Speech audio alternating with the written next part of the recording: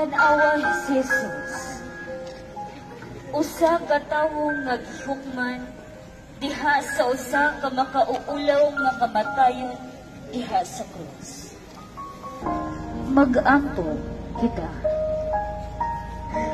Makagagahong nga Diyos, ang imong anak nga si Jesucristo nakadawat sa himaya pinaagi sa paghatag sa iyang kaugalingon ug diha sa pagkahimo niyang sulugoon alang sa katawhan.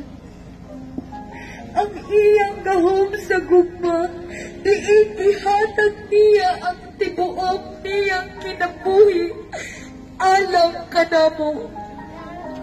Kini matinud-adon niyang gidawat bisan pa sa iyang kamatayon sa krus.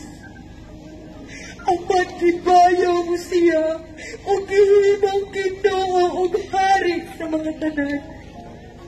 Itugab na makaambit kami sa iyong pagkahari diha sa among